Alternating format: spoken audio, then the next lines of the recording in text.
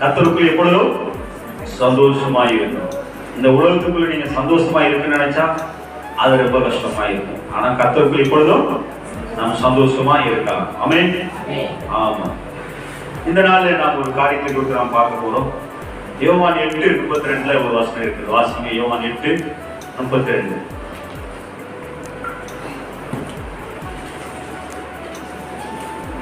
யோவான் 8:32 எடுத்தவங்க வாசிங்க. யோவான் புதிய ஏற்பாடு. சத்தியத்தை அறிவீர்கள், சத்தியம் உங்களை விடுதலையாகும். சத்தியம் என்ன பண்ணும்? நம்மளை விடுதலையாகும். சத்தியத்தை அறிவீர்கள், சத்தியம் உங்களை விடுதலையாக்கும் என்று ஆண்டவர் சொல்லுகிறார். அப்ப சத்தியம்னா என்ன அப்படின்னு நம்ம முதல்ல தெரிந்து கொள்ள வேண்டும் இல்லையா? சத்தியம் நம்மளை விடுதலையாக்க ஆண்டவர் சொல்லிட்டார். சத்தியம் நம்மளை என்னங்க விடுதலையாகும். இந்தியா என்னங்க அடிமைத்தனத்தில் இருந்தது, இஸ்ரேல் அடிமைத்தனத்தில் இருந்தது, அநேக நாடுகள் அடிமைத்தனத்தில் இருந்தது, எல்லாரும் நம்ம அநேகர் அடிமைத்தனத்தில் இருந்தாங்க. ஆனால் சத்தியத்தை அறியும் பொழுது என்ன விடுதலை கிடைத்தது, விடுதலை கிடைத்தது என்று சொல்லி பார்த்தோம். அதனால இங்க பார்க்கிறோம், சத்தியத்தை அறிவில் சத்தியம் உங்களை விடுதலையாகும். பாருங்க, ஒரு காரியத்தில் என்ன பண்ணுங்க, பொய் சொல்லிட்டாலோ இல்லை ஏதாவது பிரச்சனையானோ நீங்க சத்தியம் பண்ணு, நீ பேசுறது நீ சத்தியம் பண்ணு, நீ இந்த தப்பு பண்ண சத்தியம் பண்ணு அப்படிப்போம். அப்ப சத்தியம்னா என்ன, சத்தியம்னா என்ன இந்த நாள்ல நம்ம பார்க்க போறோம். சரியா? சத்தியம் நம்மளை விடுதலையாக்கணும். சத்தியத்தை நம்ம அறிந்து அதன்படி நாம் நடந்தா சத்தியம் என்ன ஆகும்? நம்மளை சத்தியம் என்ன பண்ணணும்? நம்மளை விடுதலையாகும். சத்தியம் என்ன பண்ணணும்னா நம்மளை விடுதலையாக்கக்கூடியதா இருக்கிறது சொல்லி வாசிக்கிறோம். சரியா? அதனால சத்தியத்தை குறித்து நாம கொஞ்சம் ஆழமாக நாம் பார்க்க போறோம். யோவான் 14:6 ஆண்டவர் சொல்லுகிறார், நானே வழியும் சத்தியமும் ஜீவனுமாய் இருக்கிறேன். யார்தான் சத்தியம்? இயேசுதான் சத்தியம். இயேசு பற்றி அறிவதுதான் சத்தியம். இயேசுடைய வார்த்தைகள் தான் சத்தியம். இயேசு சொன்னபடி நடப்பதுதான் சத்தியம். சத்தியவராக சத்தியத்தின் வழியாக நடக்கிறத பார்க்கிறோம். அப்ப யார்தான் சத்தியம்? ஆண்டவர் சொல்றார், நானே வழியும் சத்தியமும் ஜீவனுமாய். அப்ப சத்தியம் என்பது யாருன்னா இயேசுதான். அவர்தான் வழி, அவர்தான் சத்தியம், அவர்தான் ஜீவன், தெய்வீக ஜீவனாய் இருக்கிறார். அப்ப வாசிக்கிறோம், யார்தான் சத்தியம்? இயேசுதான் சத்தியம். இயேசுதான் சத்தியம்னு நம்ம இதனால பார்ப்போம். சரியா? அப்ப இயேசுதான் சத்தியம் எப்படி நம்ம சொல்ல முடியும் சொன்னா பார்க்கிறோம். யோவான் புத்தகத்துல யோவான் 1:14 வாசிக்கிறோம். அந்த வார்த்தை மாமிசமாகி கிருபையினாலும் சத்தியத்தினாலும் நிறைந்தவராக நமக்குள்ளே வாசம் பண்ணினார். அந்த வார்த்தை எந்த வார்த்தை? தேவனுடைய வார்த்தை. தேவனுடைய வார்த்தை எங்க வருகிறது? யோவான் 1:1 சொல்லப்பட்டிருக்கு. ஆதியிலே வார்த்தை இருந்தது, அந்த வார்த்தை தேவனிடத்தில் இருந்தது, அந்த வார்த்தை தேவனாக இருந்தது சொல்லி வாசிக்கிறோம். அப்ப இங்க பார்க்கிறோம், அந்த வார்த்தை எப்படி ஆகும்? மாமிசமாக ஒரு உருவம் எடுக்கிறது. அந்த உருவம் தான் யாருக்கு? இயேசு. அப்ப அந்த இயேசு உருவம் எடுக்கும் போது எப்படி ஆகுது? கிருபையினாலும் சத்தியத்தினாலும் நிறைந்தவராயிருந்தார். கிருபையினாலும் சத்தியத்தினால் நிறைந்திருந்தார், நிரப்பப்பட்டிருந்தார். நிரப்பப்பட்டவர் நமக்குள்ளே வாசம் பண்ணினார். இந்த காலத்துல அவரே கொண்டாருங்க, இந்த பூமியிலே வாசம் செய்தார் சொல்லி வாசிக்கிறோம். இப்பொழுதும் அவர் எப்படி இருக்கிறாங்க? கிருபையினாலும் சத்தியத்தினால் நிறைந்தவரா யாருக்குள்ளே வாசம் பண்ணுகிறார்? நமக்குள்ளே வாசம் பண்ணுகிறார் என்று சொல்லி வாசிக்கிறோம். அதுல 17வது வசனத்தை வாசிங்க. யோவான் அதிகாரம் 1:17. எப்படி எனில் நியாயப்பிரமாணம் மோசே மூலமாய் கொடுக்கப்பட்டது, கிருபையும் சத்தியமும் இயேசு மூலமாய் உண்டாயின. கிருபையும் சத்தியம் என்னங்க? இயேசு கிறிஸ்து மூலமாய் உண்டாயின. கிருபை தகுதியில்லாத ஒருத்தருக்கு என்ன பண்ணுங்க? எனக்கு ஒரு தகுதி, ராஜாவுக்கு தகுதியே இருக்காது. அவர் ராஜாவாக எஸ்தருக்கு என்ன? எஸ்தருக்கு தகுதியே கிடையாது. ஆனா என்னாச்சுங்க, அவன் ராணியாக மாறினான். ராஜாவுக்கு ராணியாக மாறினான் சொல்லுவாங்க. அப்ப ரூத்துக்கு மீண்டும் வாழ்க்கை நினைக்கவே இல்லை. ரூத்து என்னங்க? ரூத்து அவள் வேற தேசத்துக்காய், வேறு ஒரு இனத்தை சேர்ந்தவர். ஆனால் எகிப்து அந்த பெத்லெஹேமுக்கு வரும்போது அவள் நினைச்சு கூட பார்க்க தகுதியே இல்லாத அவளுக்கு திரும்பவும் திருமணம் நடந்தது, திரும்பவும் பிள்ளைகள் நடந்தது, திரும்பவும் அந்த சந்தையில தாவீது வந்தார். அந்த சந்தையில யார் வர்றாங்க? இயேசுவாவும் பிறக்கிறார். ஒரு அலையில சொல்ல மாட்டீங்களா? அப்ப தகுதியே இல்லாதவர்களுக்கு ஒரு உதவி செய்யும், தகுதியே இல்லாதவருக்கு வாழ்வழிப்பது, தகுதியே இல்லாதவர்களுக்கு மீண்டும் ஆயுசு நாட்களை கூட்டி தருவது, இதுதான் எனக்கு கிருபை. அப்ப ஆண்டவர் அதுக்காக இந்த பூமியில அந்த அவர் போய் ஜவால தலைவர் சொல்லுகிறான், ஐயோ என் மகன் சாக போகிறான், நீ வாரும். அப்ப வந்து என்ன சொல்றாரு, ஆண்டவர் வந்து சுகமாக அவர் சாக புரியுதான். ஆனா ஒண்ணு, இன்னும் கொஞ்ச நாள் கிருபை, இன்னும் கொஞ்ச நாள் கிருபை. அந்த பெரும்பாடு ஒரு ஸ்திரீ என்ன பண்ணுங்க, 18 வருஷமா 12 வருஷமா எனக்கே மறந்து போச்சு. எங்க சகோதரிகள் நீங்க சொல்லுங்க, எத்தனை வருஷம்? 12 வருஷமா பெரும்பாடு உள்ள. ஆனால் ஆண்டவர் என்ன பண்ணாருங்க, ஆண்டவரை அவர் தொடும்போது கிருபை, ஆண்டவர் வந்து வெளிப்பட்டு அவர் சுகமான் என்று சொல்லி நாம் பார்க்கிறோம். சரியா? அந்த கிருபை தகுதியே இல்லாதவர்களுக்கு கிருபை பாருங்க. அவனுக்கு அந்த அம்மாவுக்கு ஒரே பையன், என்னங்க சுடுகாடத்தை தூக்கிட்டு போற, ஊரை விட்டு வெளியே போயிட்டு இருக்கிறாங்க. போகும்போது ஆண்டவர் பாடைப்பையே சொல்றாங்க, தொட்டு வாலிபனே எழுந்துரு அப்படின்ட்டாரு. ஆச்சரியப்பட்டாங்க, என்னடா இவரு செத்த உணவு எழுப்ப சொல்றாரு அப்படின்னு. அப்ப அவன் எனக்கு பால் பிடிச்சு அவனுக்கு சாப்டர் க்ளோஸ்.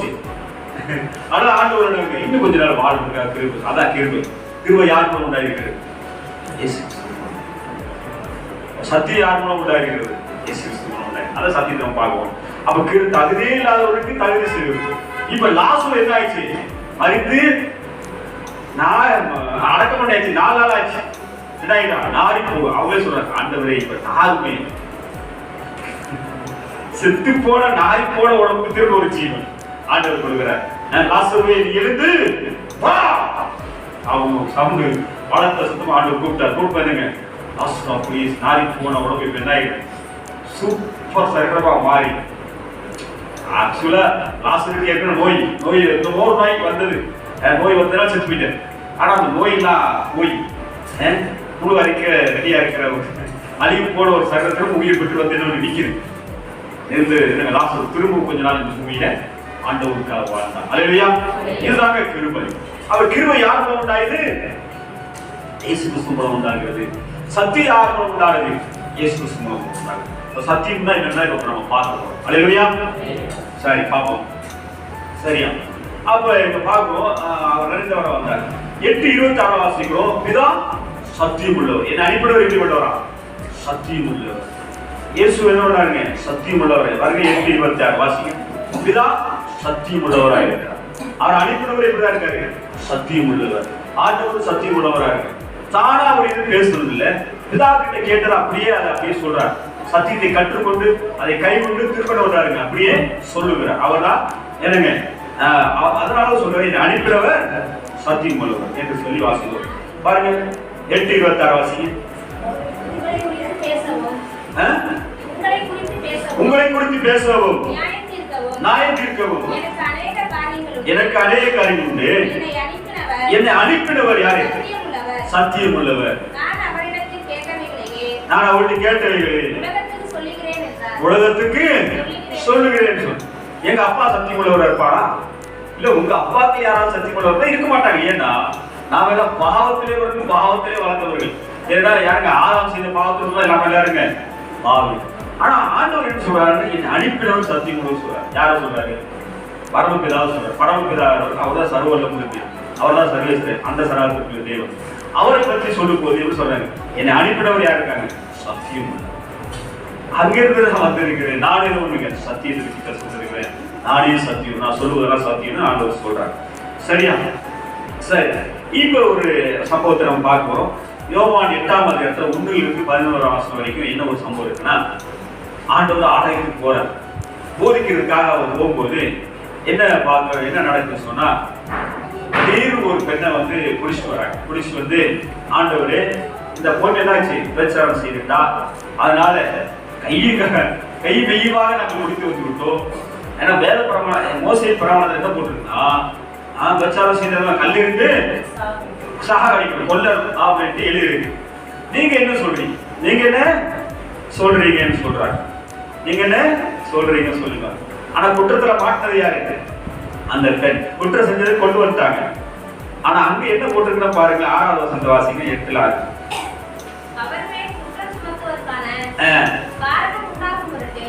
அவரை சோதிக்கும்படி இப்படி சொன்னார்கள். பாருங்க, குற்றம் செஞ்சு சொல்றாங்க. ஆனா ஆண்டவர் சோதிக்கக்கூடிய ஆண்டவர் மேல எங்க குற்றம் கண்டுபிடிக்கிறாரு? எப்படி ஆண்டவர் மேல குற்றம் கண்டுபிடிக்கிறார் என்ன சொல்றாரு பாப்போம். மோசையை எதிர்த்து பேசுறாரா? மோசே சட்டத்தை தப்புன்னு சொல்றாரா? இல்ல என்ன சொல்றாரு தான் பாப்போமே. இவர் மேல எங்க குற்றத்தை கண்டுபிடிச்சு இவரை தூக்கி செய்யணும் போட்டு அப்படி அநேக இந்த பூமியில தெரியுறாங்க. நியாயப்படுத்துறது, நாங்க செய்யறதுல ரைட்டு, ஆனா நீங்க செய்யறதா தப்பு. அப்படி செய்யற ஆட்கள் ரொம்ப இருக்கிறாங்க. நான் செய்யறதுல கரெக்ட், நீங்க செய்யறது தப்பு. மத்தவங்க செய்யறதுல ரைட், சரி நான் செய்யறது ரைட், மத்தவங்க செய்யறதுல தப்பு அப்படின்னு சொல்ற ஆட்கள் ரொம்ப இருக்காங்க. இப்ப இதையே பார்க்கணும். எனக்கு ஒரு பெண்ணை பிடிச்சி வந்தாங்க, ரெண்டு சிறியவர்கள் பெரியவர்கள் எல்லாரும் வந்து நிக்கிறாங்க. இந்த 1 to 11 வருஷம் நீங்க வெளியிட்டு வைக்க வாட்ச் பாருங்க. அப்ப உடனே தொந்தரவு பண்ணிட்டே இருக்காங்க. என்ன செய்யுது கல்லடிச்சு கொள்ள போறோம், கையடிச்சு கொள்ள போறோம். ஆண்டவர் சொன்னாரு, உங்களில் எவன் ஒருவர் பாவம் செய்யலையோ அவன் முதல் கல்ல போடு அப்படின்றாரு. எல்லாருக்கும் சாக்காயிருச்சு. இவரு என்ன இருப்பாரு, மோசைக்கு ஒத்த சங்கு ஊதுவார் பார்த்தா ஒத்த சொல்லிடுவாரு, ஒரே கருத்து சொல்லுவார். கரெக்டா மோசை சொன்னா ரைட்டு தான்ப்பா, அதுல எதுவும் கருத்து இருக்காது அப்படின்னு நினைச்சாங்க. ஆனா என்ன பண்ணாங்க, இவர் என்ன சொன்னாரு, உங்களுக்கு எவன் ஒரு தப்பு செய்யவில்லையோ அவன் முதற்கல்ல, ஒரு பாவம் செய்யாதவன் முதற்கல்ல அந்த அம்மாக்களை போடுங்க அப்படின்ட்டாரு ஆண்டவர். அப்ப இவங்க பார்த்தாங்க, எல்லாரும் மனசாட்சியை குற்றப்பட்டார். ஐயோ நம்ம அந்த மாதிரி பாவம் இருக்கும், ஐயோ நம்ம என்ன அநியாயம் செஞ்சிருக்கோம். எல்லாரும் மனசு நினைச்சுங்க மனசாட்சியில குற்றப்பட்டது. அவங்க பாவத்தில் அவங்க நினைச்சு பாக்குறாங்க. பாவம் ஒரு பாவம் செய்யாதவங்க, ஒரு பாவம் கூட செய்யாதவங்க இருந்தா இன்னொன்னு முதற்கல்ல போடு சொல்லு நினைச்சு எல்லாரும் அவங்க பாவத்துல நினைச்சு பாக்குறாங்க. நம்ம இவ்வளவு பாவம் செஞ்சு இருக்கிறோமே, நம்மள இப்படி பாவம் செஞ்சிருக்கிறோமே. பெரிய ஆள் முதல் சித்தாரும் போது எனக்கு கண்ட கீழே போட்டு எல்லாரும் போயிட்டாங்க. எல்லாரும் போயிட்டாங்க. போன பிறகு அந்த அம்மா நிக்கிறாங்க. அந்த அம்மா பார்த்துட்டு ஆண்டவர் என்ன கேட்கிறாரு, உன்னை எவனுக்கு என்ன வேணும்ல நாய் திருக்கவில்லையா அப்படின்னு கேட்கிறாரு. கேட்டுட்டு நான் உன்னை நாய் திருக்கவில்லை, இனி போய் நீ பாவம் செய்யாத ஆண்டவர் அனுப்பி விட்டாருன்னு சொல்லி பார்ப்போம். அப்ப அவங்க அந்த பொண்ணு ஆண்டவர் என்ன பண்ணிட்டாருங்க, அனுப்பி விட்டார் சொல்லுவாங்க. அப்ப அதுக்கப்புறம் ஆண்டவர் சொல்லுகிறார், ஆண்டவர் நான் உலகத்திற்கு ஒளியாய் வந்தேன் சொல்றேன். உலக ஒளியா எனக்கு சத்தியம் தான். அப்ப அவர் தான் ஒளியா இருக்கிறான்னு சொல்லி வாசிங்க. 18-15 வாசிங்க. நீங்கள் மாம்சத்துக்கு ஏற்றபடி நியாயம் தீர்க்கிறீர்கள், நான் ஒருவரையும் நியாயம் தீர்க்கிறதில்லை. பாருங்க, நீங்க மாம்சத்துக்கு நியாயம் தீர்க்கிறீங்க. என்ன மாயம், அந்த பொண்ணை முடிச்சு வந்து நிறுத்திட்டாங்க. ஆனா என்ன சொல்றாங்க, அந்த பொண்ணுதான் பாவி, நாங்களாம் நல்லவங்க அப்படி நியாயம் தீர்க்கிறாங்க. ஆனா ஆண்டவர் நியாயம் தீர்க்கிறது எப்படி பாருங்க, அது 16 வசனம் வாசிங்க. சத்தியத்தின்படி நியாயம் தீர்க்கிறது, நான் நியாயம் தீர்த்தால் என் தீர்ப்பு சத்தியத்தின்படி இருக்கும். நான் தடுத்திருக்கவில்லை, நானும் அனுப்பின பிதாவுமா. நம்ம அப்படிதான் இருக்கணும். நமக்கு பலருக்கு தெரியாது, நான் மட்டும் இல்லை, இயேசு நானும் பிதா எல்லாரும் ஒன்றா இருக்கும். நீங்க அப்படிதான் இருக்கிறீங்க. அப்ப பார்ப்போம். அப்ப சத்தியத்தின்படி நியாயம் தீர்த்தா. என்ன நியாயம் தீர்த்தா? ஏப்பா நீங்கெல்லாம் நீங்க என்ன நினைக்கிறீங்க, ஓகே நினைச்சிட்டு இருக்கீங்க. ஆனா என்ன பண்ணுங்க, நீங்க உங்க நிலைமை நீங்களே யோசிச்சு பாருங்க, நீங்க எப்படிப்பட்டவங்க அப்படின்னு ஆண்டவர் சொல்றாரு. சத்தியத்தின்படி நியாயம் தீர்க்கிறார். சத்தியம் என்ன சொல்லுகிறது, ஆதாமுடைய பிள்ளைகள் எல்லாருமே பாவின்னு சொல்லி, ஆதாமுடைய பிள்ளைகள் எல்லாரும் பாவி. அப்ப பாவம் செய்தவர்கள் பாவத்திற்கு அடிமையா இருக்கிறது சொல்லி வாசிக்கும். அப்ப அவர்கள் என்ன தன்னை நீதிமானாக மாமிசப்படி நான் நல்லவன், நான் யோகியன், நான் வந்து பரிசுத்தமானவன். அந்த பொண்ணுதான் பாவம் செஞ்சிச்சு, அவர் தான் பாவம் செஞ்சு குடும்பத்துல சண்டை வர வச்சுங்க. என்ன முதல்ல அவர் இவர் மேல பழி போட சொல்லுவாங்க, இவர் அவங்க மேல பழி சொல்லுவாரு, அவர் அது மேல சொல்லுவாரு. என்ன குற்றத்தை போடக்கூடிய ஒரு சூழ்நிலை வரும். அவர் சண்டையில அப்படிதான் என்னங்க, அவரு சரியில்லை, இவர் சரியில்லை அப்படின்னு சண்டை போட்டுக்கிட்டே இருப்பாங்க சொல்லுவாங்க. இதனால அனைத்து குடும்பங்கள் என்னங்க பிரிச்சு போய்விடும். ஏன் அப்படின்னா சத்தியத்தை அவன் கைவிடுறதில்ல, சத்தியத்தையும் அறியணும். சத்தியத்தை அறிந்தாதானே கைவிட முடியும், சத்தியத்தை அறிந்தாதான் பண்ண முடியும், கைவிட முடியும். சத்தியத்தை அறியவில்லை, அதனால என்ன பண்றது, கைவிடாமல் அநேக குடும்பங்கள் குட்டிச்சோராகி ஒன்றும் இல்லாமல் போய் எப்ப பார்த்தாலும் சண்டை, எப்ப பார்த்தாலும் பிரச்சனை, எப்ப பார்த்தாலும் என்னங்க பாவம் செஞ்சுட்டு 2 பேரும் குடும்பம் போயிட்டு அவர் மட்டும் யோகியமா, இவர் யோகியம், இந்த மாதிரி இவர் மட்டும் யோகியமா அப்படின்னு அவங்க புரிஞ்சுக்கணும். சத்தியத்தை புரிஞ்சுக்கேன், சத்தியமா என்னன்னு தெரிஞ்சுக்கேன், நான் பாவம் செய்யணும். அல்லேலூயா. அப்ப ஆண்டவர் இயேசு சொல்றா, சத்தியம் உங்களை விடுதலையா. அப்போ வாசிக்கிறோம் 34 8:34 8:34 வாசிக்கிறோம். பாவம் செய்கிற எவனும் வாசிக்க 8:34. இயேசு அவர்களுக்கு பிரதியுத்தரமாக பாவம் செய்கிற எவனும் பாவத்திற்கு அடிமையா இருக்கிறான். முடிஞ்சு. அப்புறம் மெய்யாவே உங்களுக்கு சொல்லுங்க. அப்ப பாவம் செய்கிறவன் எவனும் யாருக்கு அடிமையா? பாவத்திற்கு அடிமை. அப்ப நீங்க நெல்லு போட்டா நெல்லு வரும். நெல்லு மட்டுமா வரும்? புல்லும் வரும். நீங்க போட்டா நெல்லு தானே போட்டீங்க, புல்லு ஏன் வருது?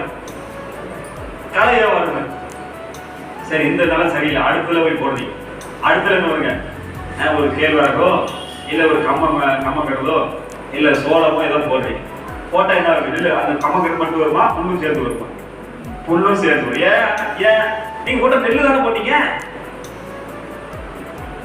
நான் சந்திக்கிறேன், நீங்க நெல்லு தானே போட்டீங்க. அந்த நிலம் வந்து என்ன, நல்ல நிலம், நல்லா உழுதிங்க, நல்லா செஞ்சீங்க, தண்ணிலாம் விட்டீங்க, எல்லாமே செஞ்சீங்க. ஆனா அதுல என்ன ஆயிடுச்சு? நெல்லோட சேர்ந்து ஏதாவது முளைச்சு வந்துருச்சு, புல்லும் சேர்ந்து முளைச்சிட்டு வருது. அப்ப அந்த நிலத்துல ஏற்கனவே என்ன இருக்குது? களை இருக்குது, இருந்துகிட்டே இருக்குது. அதுலதான் நம்ம என்ன பண்றோம்? விதையை போடுறோம். சத்தியங்கிற ஒரு விதையை இதயத்துல போடுறோம். நம்முடைய இடத்துல ஆண்டு சத்தியத்தை விதைக்கிறோம். அப்ப அது வெட்ட வளர்த்துக்கிட்டே இருக்கு. திரும்ப அந்த கோரைக்கு ஒரு இது இருக்கு, தெரியுமா? கோரை கேள்விப்பட்டீங்களா? அது அடியில போய் வேகும். அது வெட்ட வந்துகிட்டே இருக்கும். மத்த காலம் என்னன்னா மேலாம சரியாயிடும்.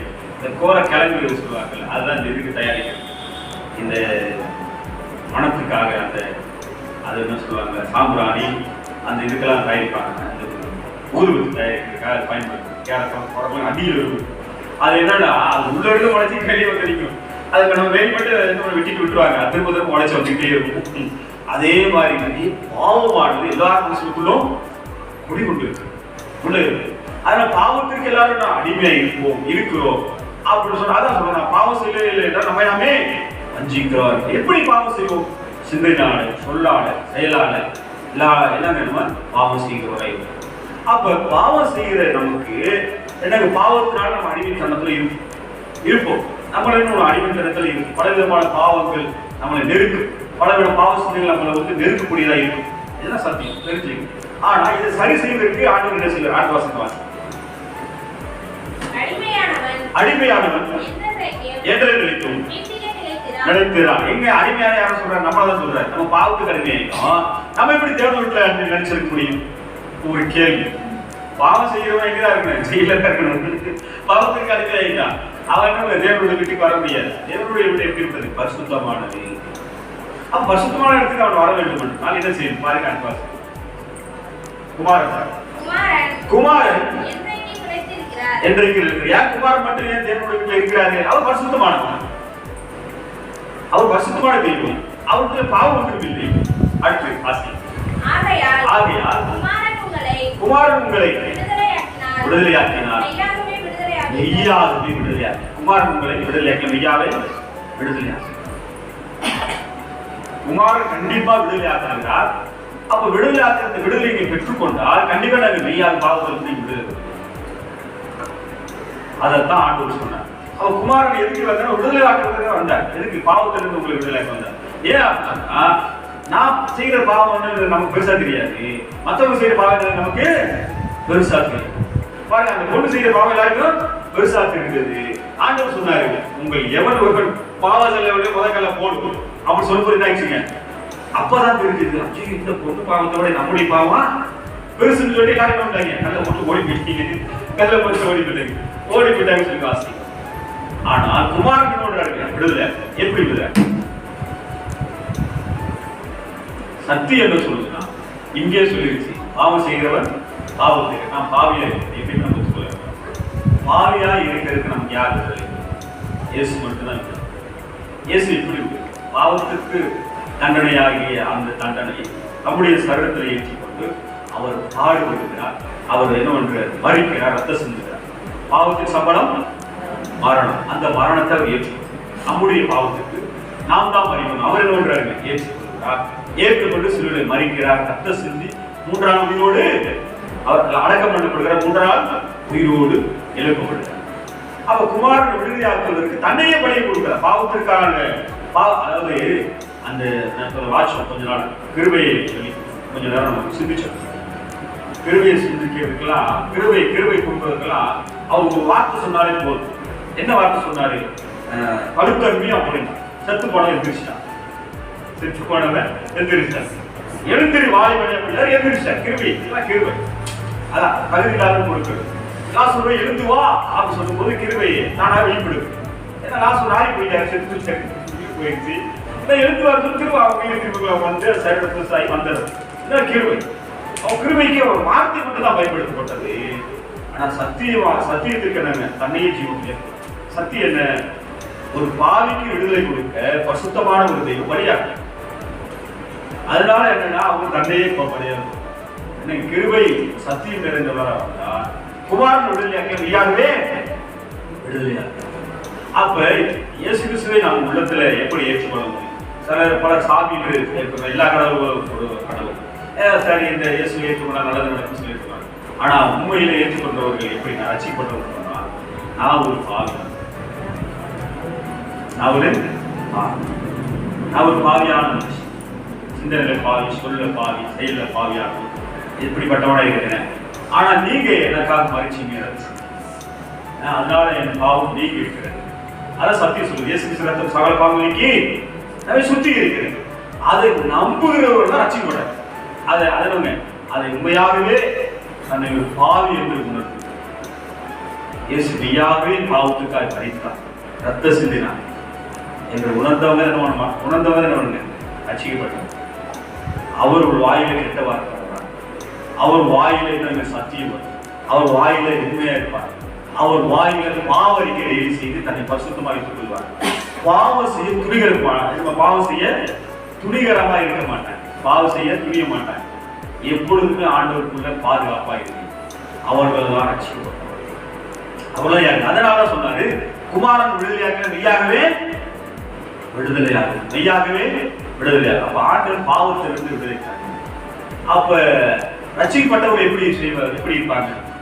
பைபிள் பவுல் என்ன சொன்னார்? ரட்சிக்கப்பட்டதுக்கு முன்னாடி இந்த கிறிஸ்டின்லாம் அடிக்கிறாங்க. அவன் நம்ம கடவுளை விட்டு வேற கடவுளை கும்பிடுறாங்க, இவரு பார்க்க நம்ம யோகாவை விட்டுட்டு வேற தெய்வத்தை கும்பிடுறாங்க அப்படின்னு எல்லாரையும் அடிச்சவன் தான் யாரு? நம்ம கடவுள் பெரியாள், நாம் பெரியாள் சொல்லிட்டு இருந்தது யாரு? பவுல். ஆனால் இயேசுவை ஏற்றுக்கொள்ளும் போது என்ன சொன்னாங்க? இயேசு ஏற்றுக்கொண்ட பிறகு என்ன சொன்னாங்க? ஆண்டவரே நீங்க யார்? ஆண்டவர் சொன்னாரு, நீ துன்பப்படுத்துற இயேசு நானே சொல்ல மட்டுமில்ல. பவுல் ரட்சிக்கப்பட்ட பிறகு எப்படி மாறிட்டாரு? பாவிகளிலே பிரதான பாவி நான் தான். பெரிய பாவம். உண்மையிலே ரட்சிக்கப்பட்டவர்கள் மற்றவங்களை குற்றப்படுத்த மாட்டாங்க. நானே பெரிய பாவம் அப்படின்னு நினைச்சேன். மற்றவங்க பாவத்தை சின்னதை நினைப்பாங்க. அதான் பவுல் நினைச்சாரு. பாவிகளிலே பிரதான பாவி தான். அவங்க யாருக்கு? மற்றவங்க செய்யலாம் சின்ன பாவம். அப்ப அவங்க அன்பு செய்யும். அவங்க என்ன நினைச்சாங்க? அந்த அப்பா மேல பெரிய பாவி நினைச்சாங்க. நாங்களாம் சின்ன பாவி நினைச்சாங்க. நாங்க சரின்னு நினைச்சாங்க. நான் நல்லவங்க நினைச்சாங்க. நான் ஆண்டவர் வெளிப்படுத்தி காமிச்சு நீங்க எப்படிப்பட்டவங்க யோசிச்சு பாருங்க சொன்னாரு. அப்பொழுது என்ன எல்லாரும் அவங்க பாவத்தை நினைச்சு பார்க்கும்போது யாருமே அந்த அப்பா மீது கண்டறி யாருமே தகுதி இல்லை, எல்லாருமே பாவி அப்படின்னு ஆண்டவர் என்ன வெளிச்சமாய் பாருங்க. அப்ப இதுல இருந்து என்ன தெரியுதுன்னா, ரட்சிக்கப்பட வேண்டும், விடுதலை பாவத்தில் சொன்னா இயேசு கிறிஸ்து என்னங்க, நான் ஒரு பாவி என்று வருவாரு. இரண்டாவது பாவத்துக்காக எனக்காக ரத்த சொன்னார் முழுவதும் நம்பி அவர் தப்பு ஆண்டவரே பாவத்தை பண்ணி இனிமே பாவம் செய்யாத வரைக்கனே காத்தர்கள் சொல்லி அவர்கிட்ட என்ன பண்ணுங்க, அவருக்கு அனைவரும் நம்ம ஜெபம் பண்ணிட்டு காத்தர்கள் ஒரு தடவை ஜெபம் பண்ற பாருங்க. ஆரம்பத்தில் நம்ம ஜெபம் பண்ணும் போது நம்முடைய ஆவி உயிர்ப்பிக்க பாவத்தில் பாவம் இல்லாமல் வாழணும்.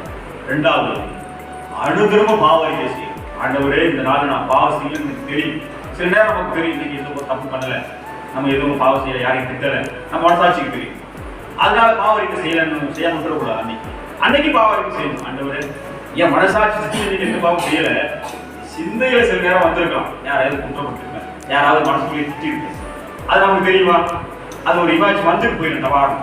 அப்ப என்னன்னா, ஆண்டவர் இன்னைக்கும் நான் குறிச்சு தெரியாம யாருக்கு விரோதமா முழுங்கு விட்டுருந்தேன், ஊழிக்காருக்கு விரோதமா முழுங்கு இருந்தேன், என் அம்மாவுக்கு விரோதமா முழுங்கு இருந்தேன், என் அக்காவுக்கு விரோதமா முழுங்கு இருந்தா, ஆண்டவருக்கு பிரியமான யாருக்காவது விரோதமா பாவம் அதனால யாராவது நான் பாவம் செஞ்சுட்டேன், சிந்தனையில் கூட நான் நினைச்சிருந்தேன், மன்னிச்சிருந்தேன். பாவம் செய்யாதவருடைய காத்திருங்க, எந்த பாவம் செய்யாதவருடைய காத்திருக்க சொல்லிட்டு நம்ம என்ன பாவ அறிக்கை செய்யணும். அப்ப முதல்ல நம்ம அறிக்கை செய்யும் போது ஆத்மாவோட நம்ம உயிர்ப்பிக்கப்படும், விடுதலை சரி ஆவியை உயிர்ப்பிக்கப்படுவோம். அப்ப அனுதினமும் நம்ம அறிக்கை செய்யும் போது நம்முடைய ஆத்மா சுத்தமாகவே கவனிக்கிறீங்களா? இன்னைக்கு வாசல் போட்டுறது டெய்லி வாசல் போட்டுரும், வாசல் போயிருக்கிற டெய்லி வாசல் போயிருக்கு, டெய்லி வீட்டை கூட டெய்லி போடுறிய அப்படிதான் ஆத்மா. டெய்லி கூப்பிட்டாலும் சுத்தமாகும், சாப்பிட்ட தட்டை டெய்லி கழுவிடாதான் சுத்தமாகும், கழுவினா சுத்தமாக ஆகாதா? அதே போல பாவ அறிக்கை டெய்லி அப்ப நம்ம சுத்தமா வைக்கிறோம். அல்லேலூயா. அப்படி இல்லாம நான் ஏசப்பா பிள்ளை, ஏன் இஷ்டத்துக்கு நடப்பேன், யாரு வேணா என்ன செஞ்சுட்டு போகட்டும், இந்த அவங்க செய்யலையா, இந்த அவங்க தண்ணடிக்கலையா, அவங்க பாவம் செய்யலையா, அந்த அக்கா அவங்க பாவம் செய்யுது, அந்த சகோதரி பாவம் செய்யுது, அப்படி கணக்கு கணக்கு எழுதிக்க மாட்டேன். அப்படியா? நீ செய்யுமா? ரைட், நான் கணக்கு எழுதிக்கிறேன். அவங்க செஞ்சாங்க, நீ செஞ்சாங்க, நீ செஞ்சியா? ரைட்டு. அவர் குடிச்சா, நீ குடிச்சியா? ரைட்டு. சரி, அவருக்கு செத்த பிறகு ஞாயிற்று நாள்ல அவர் வந்து சொல்லிடுவார், சரி நீ குடிச்சா அவனை குடிச்சா, சரி அந்த காலத்துல நான் கட்டணம் எடுக்க மாட்டேன். பரிசுத்தமா வாழப்பாரு, பரிசுத்தமாக வாழப்பாரு, பரிசுத்தமாய் நீதியாக இருக்கிறது ஆண்டவருடைய கட்டளை. அதனால குமாரன் விடுதலையாகவே விடுதலை அடைந்திருக்கிற ஒரு நம்பிக்கை வேணும். நம்பிக்கை வந்தாலும் பாவம் நம்ம மேற்கொள்ளலாம். நாம் பரிசுத்தமாய் வாழ்வோம், எல்லாரையும் அன்பாக நேசிப்போம், எல்லாரும் யாரை பார்த்தாலும் கோவம் வராது, யாரை பார்த்தாலும் டென்ஷன் ஆகாது. அதான் ரட்சிப்பின் அனுபவம். ரட்சிப்பின் அனுபவம். ஐயோ இந்த பாவியை ரட்சிப்பின் ஆண்டவரை அவனையும் ரட்சிங்க, அவனும் பாவத்தை புரியுறான், அவனையும் புரியுங்க ஆண்டவரை, அப்படிதான் நினைப்போம். ஆனா ரட்சிக்கப்படாத மனுஷர்கள் அந்த மாமிசத்துப்படி நாய் பிடிப்பார்கள். என்ன செஞ்சாங்க? போய் உங்களை போய் அந்த சௌதரி கூட்டு போய் நடுவில் இறங்கி கல்லறிய வேண்டும், கொல்ல வேண்டும், பாவம் செய்துவிட்டால் பெரிய பாவம், அதனால இப்படி கொண்டு விடுங்கள் அவர் சொல்லி எல்லாரும் நாய் தீர்க்க பார்த்தாங்க இல்லையா? அதனால ரட்சிக்கப்பட்டவர்களுக்கும் ரட்சிக்கப்படாதவர்களுக்கும் பேசுறது. ரட்சிக்கப்பட்டவர்கள் என்ன பண்ணுவாங்கன்னா, என்ன பண்ணுவாங்க? தன்னை ஒரு பெரிய பாவை நினைப்பார்கள். அதே போல பரிசுத்தவான்கள் எல்லாரும் நான் சிறியவர், எல்லாரையும் காட்டி நான் சிறியவர் என்று தன்னை தாழ்த்துவார்கள். ஆனால் ரட்சிக்கப்படாதவர்கள் என்ன பண்ணுவாங்கன்னா, தன்னை உயர்த்துவார்கள். நான் பெரிய ஆள், எனக்கு எல்லாம் தெரியும், நான் ஒரு பாவம் செய்யலை, நான் நல்லா தான் இருக்கேன். கணவனை சண்டை வச்சுங்க, கணவன் என்ன பண்ணுவாரு? நான் ஒரு பாவம் செய்யலை, என் மனைவி தான் எனக்கு சரியில்லை, எப்போ பார்த்தாலும் சண்டை போட்டுட்டு இருக்கு, எப்போ பார்த்தாலும் வாய் வச்சுட்டு இருக்கு, எப்போ பார்த்தாலும் வேலை செய்யுது, வீட்டில் வேலை செய்யுது, எப்போ பார்த்தாலும் தகவல் சொல்லி அவர் போட்ட கொடுப்பாரு. தன்னை என்ன பண்ணுவாரு? பெரிய ஆள். அதை மனைவி என்ன பண்ணுவாங்க? தன்னை பெரிய ஆளை காமிக்கிறதுக்கு என்ன பண்ணுவாங்க? நான் ஒரு பாவம் செய்யலை, இவர் வேலைக்கே போகல, குடிச்சிட்டு வீட்டிலேயே கிடக்கிறது, எந்த வேலையும் செய்யறதில்லை, ஊதாரி மாதிரி சுற்று இருக்கு, இதெல்லாம் இவரோட வேலை அப்படின்னு சொல்லிட்டு என்ன பண்ணுவாங்க? அப்படி செய்வாங்க. அதுல யாராவது இந்த 2 பேர்ல யாராவது ஒருத்தர் ரட்சிக்கப்பட்டா என்ன பண்ணுவாங்க? உணரோட ஆண்டவர் என்ன பண்ணுவாங்க? என் பாவத்தை மன்னிச்சிருக்காரு, என் கணவன் உணரலாம் கல்லு சாராயம் சுற்றுகிறார், இப்படி அடைய ஆண்டவரே அவரை மாற்ற மாட்டீங்களா அப்படின்னு அழிவாங்க, தெரிஞ்சுவாங்க. ஆமென். அவங்களோட போராட மாட்டாங்க. ஆனா ரட்சிக்கப்படாதவங்க சொன்னா டெய்லி போராட்டம், சண்டை, குடும்பத்தில் வந்துகிட்டே சண்டை போட்டுக்கிட்டே இருக்கிறாங்க, நம்ம பார்க்க முடியும். அதனால இதுதான் ரட்சிப்பு. அதான் விடுதலை ரட்சிப்பு. சபைக்கு அநேகர் வரலாம், அந்த வியாழ ரட்சிக்கப்பட்டவர்கள் தான் ஆண்டவருக்கு பிரியமாய் வாழ்வார். அல்லேலூயா. அதனால இங்க பார்க்கிறோம், சத்தியத்தை அறிகிற சத்தியம் உங்களை விடுதலையாக்கும் சொல்லி வாசிக்கிறோம். பாருங்க, அப்ப சத்தியம் என்ன பண்ணுங்க? நம்மளை விடுதலையாக்கும் சொல்லி வாசிக்கிறோம். பாருங்க 8:45 வாசிங்க. நான் உங்களுக்கு சத்தியத்தை சொன்னபடினாலே என்ன பண்ணல விசுவாசி, நான் சத்தியத்தை சொல்லுகிறேன் என்று சொல்லுகிறது. வாசிக்கிறோம். அடுத்து வாசிக்கிறோம், என்னிடத்தில் பாவம் என்று பாத்தீங்களா? அப்படி சொல்லக்கூடிய தன்மை யாருக்கு மட்டும்தான் இருக்கு? ஆண்டவருக்கு மட்டும்தான் இருக்கு. ஏன்னா அவர் தேவலோக மனுஷன், பரலோகத்தில் இருந்து வந்தவர், தெய்வீக ராஜ்யத்தில் இருந்து வந்தவர். அதனால அவருக்கு மட்டும்தான் அந்த உரிமை இருக்கிறது. நம்ம யாராவது சொல்ல முடியுமா? சொல்ல முடியாது. அதனால கள்ளப்பட்டு எல்லாரும் உரிமைட்டாங்க, மீறி பாதுகாக்க நிற்கிறாங்க. அதனால சொல்றாங்க, நீங்க என்னை விசுவாசிங்க, நம்புங்க, என் முதல்ல நிலைத்திருக்கலாம் ஆண்டவர் சொல்றாரு. அப்புறம் சொல்றாரு 8:44, உங்கள் பிதா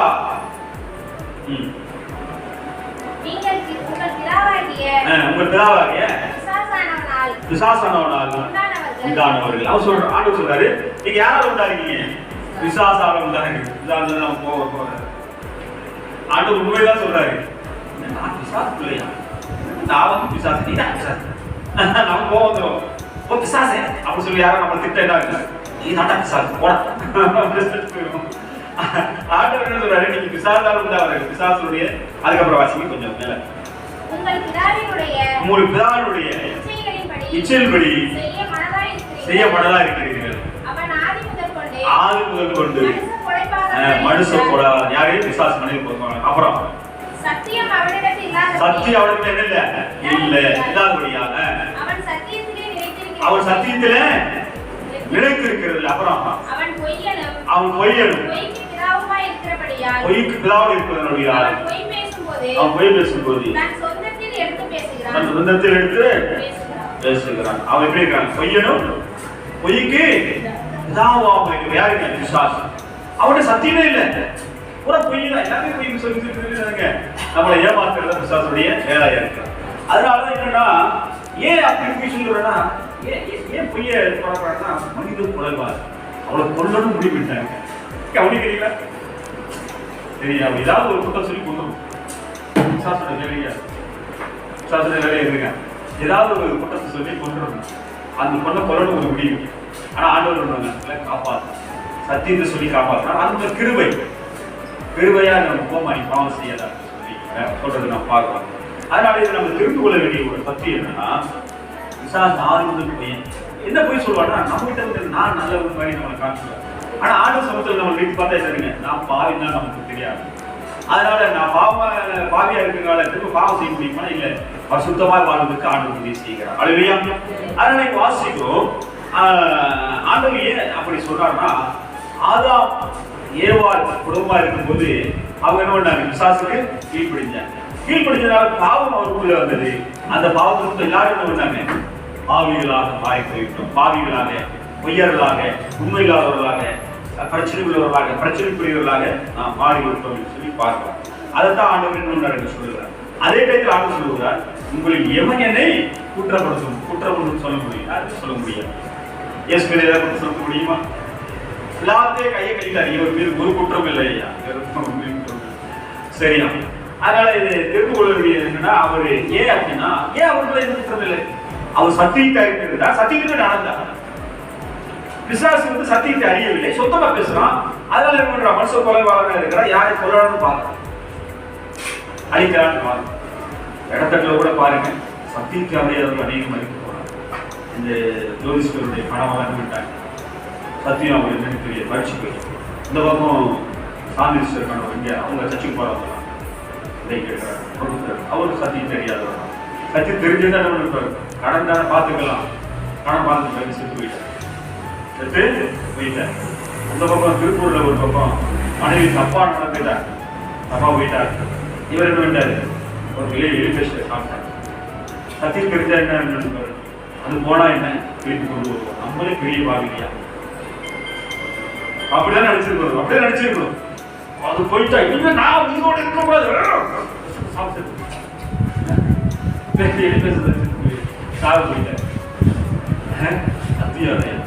இன்னொரு பன்னெண்டாவது படிக்கிறது, எடுத்து படிக்கிறது போட்டு 2 பேரும் 2 படிச்சு போலாம் பார்க்க. சத்தியத்தை அறியாதுதான், சத்தியத்தை அறியாதுதான். ஏன் 2 பேரும் பிடிச்சு போறாங்க? நான் இஷ்டப்படி செய்யறது. சத்தியத்தை அறியாதுதான் பிசாசுகளுக்கு பெற்று போகுது. தான் ஆசைப்படி, தான் இச்சைப்படி வாழும். கணவன் தான் இச்சைப்படி வாழும், மனைவி தான் இச்சைப்படி வாழும். பிள்ளைகள் நினைச்சு கூட பார்க்கிறது. படிக்கிற பிள்ளைகள் இதெல்லாம் எதை பார்க்கிறது? சத்தியம் தெரியாதனால என்ன பண்றாங்க? அவர்கள் சத்தியத்துமே தெரியாம மனம் கூட வாழ்வாங்க. முடிவு என்னன்னா, அவன் பிளான் என்னன்னா, பிசாசு கொண்டுருவான். நீங்க ஏன் வீட்டுக்காரருக்கு செத்து அவங்களுக்கு வெளியே கொண்டு வந்துருவோம். நான் இப்படிதான் சாகுது. சத்தியத்தை தெரியாதவர்கள் என்ன பண்ணுங்க? அவங்க சாகடிச்சு சொன்னா சத்தியத்தை தெரிந்தவர்கள் என்ன பண்ணுவாங்க? அது போனா என்ன, நான் வாழ்வேன், நான் இன்னொரு மனை கிடைக்கிறோம் அப்படின்னு சொல்லுவான். இல்லைன்னா சொல்லுவான். இன்னொருத்தர் என்ன திருத்தவன நினைப்பான், என்ன நான் தப்பு பண்ணலையா? சரி, அது மனம் திரும்பி செய்யவா, இதெல்லாம் தப்பு, நம்ம குடும்பத்துக்கு தவறு, வா மனம் திரும்பி வாழ்வோம். இதான் சத்தியத்தை. கோடைத்தனமா இருக்கிற என்ன பண்ணுவோம்? சத்தியம் தெரியாதவன் நீ என்னை நேசிக்கலையா, நீ போய்விட்டியா, சரி நான் பார்த்து போ. சத்தியத்தை அறியாத குடும்பங்கள சண்டை வந்துகிட்டே இருக்கும், ஆண் போட்டுக்கிட்டே இருப்பாங்க. சத்தியம் என்ன சொல்லுது? மனைவியான புருஷனுக்கு கீழ்படிந்து இருக்குன்னு சத்தியம் சொல்லுது. ஆனா இவங்க எதிர்த்து பேசுவாங்க, சண்டை போடுவாங்க, எதுக்கத்தாலும் சண்டை போடுவாங்க. அப்ப அவன் வேலைக்கு போக மாட்டான், அவன் சுத்தி தெரியும். அப்ப அவன்கிட்ட எப்படி நடக்கணும்? பெண்களுக்கே ஒரு குணம் இருக்கு. என்ன குணம்? சார்பு இருக்கும். அதை நம்ம தரிச்சுக்கணும். அதை தரிச்சுக்கிட்டா குடிகாரனையும் திருத்திடலாம். திருத்தாம திருத்த முடியாது. திருத்த முடியுமா? திருத்த முடியாது. திருத்திடலாம். சாந்தமும் மன தாழ்மையோடு ஒரு குணம், அது இயேசுக்கே முடியும். அது இல்லையா? எவ்வளவு பார்த்தாலும் சண்டை போடுறது, அது இல்லை, இது இல்லை, அது இல்லை, இது இல்லை, எவ்வளவு பார்த்தாலும் சண்டை போடுறது. சத்தியம் தெரிஞ்சா சண்டை போட மாட்டேன். சரி, இன்னைக்கு வேலைக்கு போகல, ஆண்டவரே இன்னைக்கு எப்படியாவது வேலை போட்டு கடவுள் நான் வேலைக்கு அப்படி தான் பண்ண ஆரம்பிச்சிருக்கோம். அதை எப்படியாவது ஆண்டவர் ஏன் வேலைக்கு போகணும், ஏன் சாப்பாடு கொண்டு போகணும், ஏன் அரிசி கொண்டு போகணும், ஏன் சத்தியம் அது மட்டும் ரசிக்கப்படும். ஆண்டவருக்கு தெரிஞ்சிருக்கிறாங்க, ஆனால் ரசிக்கப்படும். வசனத்திற்கு கீழ்படியும். அவர் வசனம் தான் சத்தியம். அதுக்கு நாம் கீழ்படியும் போது என்னங்க, அதை கை கொண்டு நடந்தால் என்னங்க நமக்கு நல்லா இருக்கும். சத்தியம் தெரிஞ்சு சத்தியம் உங்களை விடுதலை ஆவார்கள். இல்லைன்னா என்னங்க பெரிய கஷ்டம், பெரிய பிரச்சனைகள், அந்த வீட்டுல கலந்து பாருங்க. எது சத்தியம் வாசிங்க பாருங்க. அடுத்த ஒரு விஷயம் பாருங்க. 14 சத்தியம். அவர் சத்தியம் வர்றா இருந்தா அதோட வீட்டுக்கு போயிட்டாரா? இல்லை. ஆனால் யாரெல்லாம் இயேசுவை மெய்யான தெய்வமாய் அவர் நம்முடைய உள்ளத்துல யாரா ஏற்றுக்கொண்டாங்களோ, தன்னை பாவி என்று முதல் உணர்ந்து இயேசுதான் என் பாவத்திற்கு பரிகாரி, இயேசுதான் என் பாவத்தை நீக்கி வாழ செய்வார், இயேசுதான் என்னை பாதுகாப்பார், இயேசுதான் என்னை பரிசுத்தமா வாழ வைப்பார் என்று நம்புறவர்களுக்குள்ள சும்மா விடுதலை ஒரு ஆவியை உள்ள விட, பரிசுத்தாவை உள்ள விட்டு அந்த ஆவியானது என்ன வருகிறது? சத்திய ஆவியாக. அவருக்கு சத்திய ஆவியா இயேசு போயிட்டாரு, பரவ போயிட்டாரு. இப்ப நமக்குள்ள யாரு இருக்கிறாங்க? சத்திய ஆவியாகிய அந்த ஆவியானவர் சகல சத்தியத்துக்குள்ள நம்ம நடத்துவார். எப்படி நடத்துவாங்க? சகல சத்தியத்துக்குள்ள நம்ம நடத்துவார். பாவத்துல நம்ம விழுகாதபடி நம்மளை நடத்துவார், பாவம் செய்யாதபடி நம்மளை நடத்துவார். அவர் பேர்ல இருங்க சத்திய ஆவியானவர். அதனால நம்ம சும்மா சாதாரண சத்தியாக நமக்குள்ள இருக்கிறார். விதா இருக்கிறார், ஆவியாக அவருக்குள்ள இருந்தார், ஆண்டவருக்குள்ள இருந்தார். இப்ப நமக்குள்ள பிதாவும் இருக்கிறார், சத்தியாவே இருக்கிறார், இயேசு நமக்குள்ள இருக்கிறார். பசுத்தர் வந்துட்டாலே யாரா இருக்கிறாங்க? இயேசு இருக்கிறாங்க. மூவர் ஒருவரே. மூவர் ஒருவரே. பிதாவும் குமாரன் பசுத்தர், மூவர் ஒருவர். பசுத்தாவியாவும் இருப்பார். அவருக்குள்ள யாரும் இருப்பாங்க? இயேசு இருப்பாங்க, பிதாவும் நம்ம இருப்பார். அதனால ஆண்டவர் சொன்னாரு, அவர் என்னை தனியா விடுவதில்லை, அவர் என்னோடு இருக்கிறார். நம்ம நினைக்கிறோம், எனக்கு இப்ப கலைவாணி சிஸ்டர் இருப்பாங்க, சொல்றாங்க எனக்கு கனவு இல்லை, எனக்கு யாருமே இல்லை சொல்லக்கூடாது. யார் இருக்கிறார்? நானும் பிதாவும் ஒன்றா இருக்கிறோம். சொல்ல தைரியமா சொல்லணும். நானும் பிதாவும் ஒன்றா இருக்கிறோம். என்ன சத்தியம் வர அவர் என்னோடு இருக்கிறார், நான் அவர் என்னங்க அவர் எனக்குள்ள இருக்கிறேன், நான் அவரோடு இருக்கிறேன். இயேசு எனக்குள்ள இயேசு அதான் சொன்னார். தனிமையா தான் வந்தார். அவரோட கூட யாராவது ஒரு 5000 கூப்பிட்டு வந்தாரா? கூலி செய்யறீங்க. அவர் தனியா தான் கூலிக்கு வந்தார். பரவத்தில் தனியா வந்தார். தனியா வந்து வரும்போது யாராவது கூப்பிட்டு வந்தாங்க, அழுது, ஐயோ நான் தனியா போய் ரொம்ப கஷ்டப்படணும், தயவுசெய்து ஒரு தூதர்களை அனுப்பிவிடுங்க, போய் அங்கே போய் என்ன தடங்கள் எப்படிப்பட்டவருக்கு தெரியாது அப்படின்னு சொல்ல அவர் தனியா தான் வந்தார். ஆனா தனியா வரும்போது என்ன சொல்றாரு? பிதாவும் நானும் ஒன்றா இருக்கிறோம். நீங்க தனியால் கிடையாது, நீங்க யாரும் தனியால் கிடையாது. நீங்க எனக்கு யாருமே இல்லை, எனக்கு அப்பா இல்லை, எனக்கு அப்பா இல்லை அப்படின்னு சொல்ல முடியாது. அதனால இயேசு 12 வயசுல சொன்னாரு, நான் பிதாவுக்கு அடுத்த காரியம் இருக்கிறேன். பரமபிதா அவரும் நாம் ஒன்றா இருக்கிறதை நாம் எப்பயுமே தெரிஞ்சிருக்கணும். நான் தனியால் கிடையாது, அவர் இருக்கிறார். அல்லேலூயா.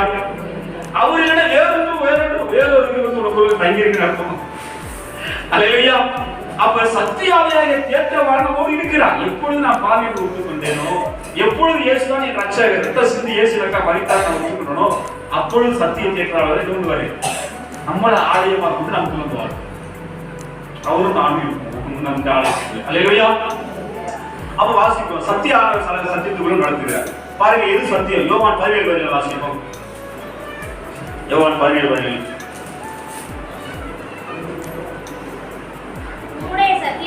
உம்முடைய சத்தியத்தினாலே அவர்களை பரிசுத்தமாக்கு. உம்முடைய வசனமே சத்தியம். புரியுதுங்களா? இப்ப தெரிஞ்சுக்கிட்டோம் எது உங்களுடைய சத்தியத்தினால் அவர்களை பரிசுத்தமாக்கும். உங்களுடைய வசனமே சத்தியம். வசனத்தை விசுவாசிக்கிறோம், அதை கைகொள்கிறோம், அதை உரிமை பாராட்டுகிறோம், அதை அப்படியே நம்ம கைகொண்டு நடக்கும்போது நம்முடைய வசனம் பரிசுத்தப்படும். நாளோடு பரிசுத்தப்படும். என்னங்க, நாளோடு நம்மளை பரிசுத்தப்படுகிறது. வசனம் தான் என்னது? சத்தியம். வசனம் தான் என்னது? சத்தியம். அப்ப வசனம் தான் நம்மளை நாளோடு பரிசுத்தப்படுத்தி நம்மளை நடத்துகிறது. அப்ப சத்தியமான என்ன? தேவன் சொன்ன எல்லா வசனமும் சத்தியமா இருக்கிறது. ஆண்டவர் இயேசு சொன்ன எல்லா வசனமும் என்ன? சத்தியமா இருக்கிறது சொல்லி நாம் பார்க்கிறோம். அதனால சத்தியத்தை சத்தியம் உங்களை விடுதலையாக்கும், சத்தியம் உங்களை விடுதலையாக்கும் சொல்லி நாம் பார்க்கிறோம். அதனால சபைக்கு ஒரு சிலர் வர்றாங்க, ஆனா என்ன கண்ண பெரியாரா நினைச்சுக்கிறாங்க.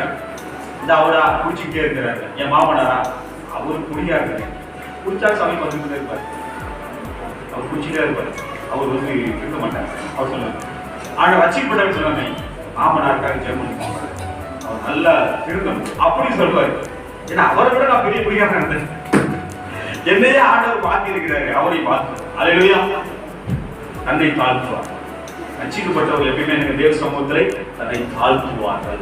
ரட்சிக்கப்படாதவர்கள் ஒருபோதும் தேவ சமூகத்திலே தாழ்த்த மாட்டாங்க. தேவனை சாமியை கும்பிடுவாங்க, எல்லாத்தையும் கும்பிடுவாங்க. நீங்க போய் செய்யுங்க, ஏதாவது அவங்க போய் கேளுங்க, ஏதாவது நீங்க பாவம் செஞ்சிருக்கீங்களான்னு கேட்டா நான் ஒரு பாவம் செய்யல. நீங்க உண்மையிலே போய் கிறிஸ்டியன் இல்லாதவங்க கேட்டு பாருங்க, யாரையும் கேளுங்க, நீங்க ஏதாவது பாவம் செஞ்சிருக்கீங்களா கேளுங்க. நான் எந்த பாவம் செய்யுங்க, நான் கேட்டு பார்த்தேன். இது வரைக்கும் நான் பிறந்ததுல எந்த பாவம் செய்யலைங்க, யாருக்கும் எந்த பாவம் செய்யல. ஏன்னா அவங்க என்ன ஒரு ரசிக்கப்படாத பண்ண மாட்டாங்க, அவங்க பாவத்தை உணர மாட்டாங்க. ஏன்னா அவங்க என்ன நினைப்பாங்கன்னா, என்னை விட பெரிய பாவி அவனே செஞ்சுட்டு இருக்கான் அப்படின்னு நினைப்பாங்க. அவன் தான் பெரிய பாவி அப்படின்னு நினைப்பாங்க. நான் செய்யற பாவத்தை சர்வசாரம் நினைப்பாங்க. ஆனா தேவனுடைய பார்வையில் இருந்தவங்க இது பெரிய பாவம், இப்ப செய்யற பாவம் பெரிய பாவம் அப்படின்னு சொல்லி பார்க்கிறோம். சரியா? அப்ப சத்தியத்தை அறிவில் சத்தியம் உங்களை விடுதலையா. அப்ப ஆண்டவருடைய வசனத்தை கேட்கும், அதன்படி நடந்தால் இன்னொன்று பண்ணுங்க, நம்ம கண்டிப்பா ஆண்டவருக்கு பிரியமா வாழலாம், ஆண்டவருக்கு சித்தமான செய்யலாம், பரிசுத்தமா வாழலாம், ஒழுக்கத்தோடு வாழலாம், நீதியோடு வாழலாம், பரிசுத்தமா வாழலாம், சமாதானத்தோடு வாழலாம். சத்தியத்தை மீறி நடக்கும் போதுதான் நாங்க பிரச்சனை வருகிறது சொல்லி வாசிக்கிறோம். சரியா? வாசிக்கிறோம். என் பிள்ளைகள் யோவான் 3 யோவான் 4வது வசனத்தை வாசிக்கிறோம். பிள்ளைகள் சில சத்தியத்தில் நடக்கிறார்கள் என்ற சந்தோஷத்தை காட்டில் எனக்கு வேற சந்தோஷம் இல்லை. நம்ம பிள்ளைகள் எது நடக்கணும்? சத்தியத்தில் நடக்கணும், ஒழுக்கமா நடக்கணும், கெட்ட வார்த்தை பேசக்கூடாது. அது நம்ம தான் பழக்கணும். பிள்ளைகள் நடத்த வேண்டிய வழியில நடக்கு. அப்ப நமக்கு ஒரு குரு இருக்கிறார். யார்தான் யார் குரு? சத்தியவரா இயேசு. அவரை தான் நம்ம இயேசு படிமா, இயேசு சொன்னபடி நடக்க பாருமா, இயேசு சொன்னபடியே நீங்க வாழ பாருங்க, இயேசு சொன்னபடியே நீங்க சொல்லி கொடுத்து போயிட்டா அவன் 100 வயதிலும் டாது இருப்பான். 100 வயதுல என்ன பண்ணிருப்பான்? டாது இருப்பான். நீங்க இப்பயே அவன் விட்டுட்டா என்ன பண்ணிருவான்? சத்தியம் இல்லாம இருப்பான். உலகத்துல வாழ்ந்துடும், வேலையாளி பிள்ளைகளா வாழ்ந்துடும், மனம் போல வாழ. அதனால பிள்ளைகள் சத்தியத்தில் நடக்கிறார்கள் என்ற சந்தோஷத்தை காட்டில் வேற ஒரு சந்தோஷம் என்னங்க? சத்தியம் பிள்ளை பெரிய படி படிச்சுட்டான், கவர்மெண்ட் வேலை பார்க்கறான், அப்படி பார்க்கறான், இப்படி பார்க்கறான், அதெல்லாம் பெரிய சந்தோஷம் இல்லை. சத்தியத்தில் நடக்கிறான் அவன், அதான் பெரிய சந்தோஷம். அதான் பவுல் சொல்லுங்க, அந்த யோவான் சொல்லும்போது பிள்ளைகள் சில சத்தியத்தில் நடக்கிறான் என்று சொல்லி கேள்விப்படும் போது அதுவே இருக்கு, அவனுக்கு எப்படி இருக்கான்? பெரிய சந்தோஷமா இருக்கு. அதை வாசிங்க. 3 யோவான் 4வது வசனம். என் பிள்ளைகள் சத்தியத்தில் நடக்கிறார்கள், நான் கேள்விப்படுகிற சந்தோஷத்திலும் அதிகமான சந்தோஷம் எனக்கு இல்லை. பெரிய வீடு கட்டிட்டேன், பெரிய பங்களா கட்டிட்டேன் பையன், அதெல்லாம் சந்தோஷம் இல்ல. வீடுகட்டால இருந்தா சத்தியத்தில் நடக்கிறான் பாருங்க, அதாங்க பெரிய சந்தோஷம். பெரிய சந்தோஷம். பெரிய வீடு பங்களா என்னமோ கட்டுவாங்க, அதனால அம்மாவுக்கு உதவி செய்ய மாட்டாங்க, அப்பாவுக்கு உதவி செய்ய மாட்டாங்க. சாகும்போது ஒரு போட்டா மாட்டி என்ன பண்ணிடுவாங்க? படம் திறப்பு விழா. அது பார்த்தா எல்லா பிள்ளைகள் வீட்டு எரியும். எத்தனை பொண்ணு இருக்கோ அத்தனை போட்டா அவங்க கிட்ட எரியும். அதே விளக்கு போட்டு விட, அப்பாவுக்கு தாத்தா விளக்கு போட்டு விட, டே போட்டு விட. வீடு வசதி பங்களா எல்லாமே இருக்கு, ஆனா என்ன பண்ண மாட்டாங்க? அவருக்கு செஞ்ச பாவத்துக்கு பெருசா நினைச்சுட்டு என்ன பண்ண மாட்டாங்க, கவனிக்க மாட்டாங்க. அப்பா என்ன பாவம் செஞ்சிருப்பாரு, என்ன கூட தங்கச்சி கொஞ்சம் சொத்து எழுதி வச்சிருப்பாரு, இது பெரிய பாப்பா நினைப்பாரு. யாரு? பையன். பெரிய பாப்பா நினைச்சு அவனா அப்பனே கிடையாது. எனக்கு கொஞ்சம் போல எழுதி வச்சுட்டு தங்கச்சிக்கு எல்லாத்தையும் எழுதி வச்சுட்டாரு அப்படின்னு என்ன பண்ணுவான், அவன் கவனிக்கிறது இல்லை, விசாரிக்கிறது இல்லை, எது செய்யறது இல்லை. அப்படியே இருக்கக்கூடாது. சர்ச்சைப்பட்டது எனக்கு சொத்து தராட்டாங்க நீ எனக்கு அப்பா தான். ஆசிரியர் சொல்லுது, தாய் தகப்பன் சத்தியம் சொல்லுது, தாய் தகப்பனை கனம் பண்ணுவாயாக, நீ சொத்தே தராட்டம் வரணும். என்ன பண்ணணும், தண்ணி கேட்காத, வீடு கேட்காத, சாப்பாடு காசு வேணுமா, சாப்பாடு நான் வாங்கி தரேன், வேற ஏதாவது கேட்டு தரேன், உரிமை இருக்கு நமக்கு, நம்ம செய்யணும். சொத்து நமக்கு கொடுப்பார். அல்லேலூயா. நம்ம அப்பா தான் கொடுக்க கிடையாது, பரமபிதாவை கொடுப்பார். அல்லேலூயா. ஆண்டவர் சொல்லுகிறார், காண்பிக்கின்ற சொல்லலாம் கர்த்தருக்கு சொந்தம். கர்த்தருக்கு சொந்தம் யாருக்கு சொந்தம்? நமக்கு சொந்தமாக. அல்லேலூயா. அதனால இதை தெரிந்து ரட்சிக்கப்பட்டவருடைய அனுபவம் தனி, ரட்சிக்கப்பட்டவருடைய செயல் தனி. ரட்சிக்கப்படாதவர்களுக்கும் ரட்சிக்கப்பட்டவர்களுக்கும் வித்தியாசம் உண்டு. அவர்கள் எல்லாத்தையும் சகிப்பார்கள். அது மட்டுமல்ல, பூமியில் எது கிடைக்கிறாரோ கர்த்தர் தருவார். அந்த நம்பிக்கையிலே வாழ்வார். கண்டிப்பா என் அண்ணன் எனக்கு செய்யவில்லை, என் தம்பி எனக்கு செய்யவில்லை, என் பிள்ளைகள், என் கணவர் எனக்கு எது செய்ய, கர்த்தர் எனக்கு செய்வார். கண்டிப்பா செய்வார். அல்லேலூயா. அது நடக்கும். நல்லா நடத்துவார். அதான் விசுவாசம், அதான் சத்தியம்.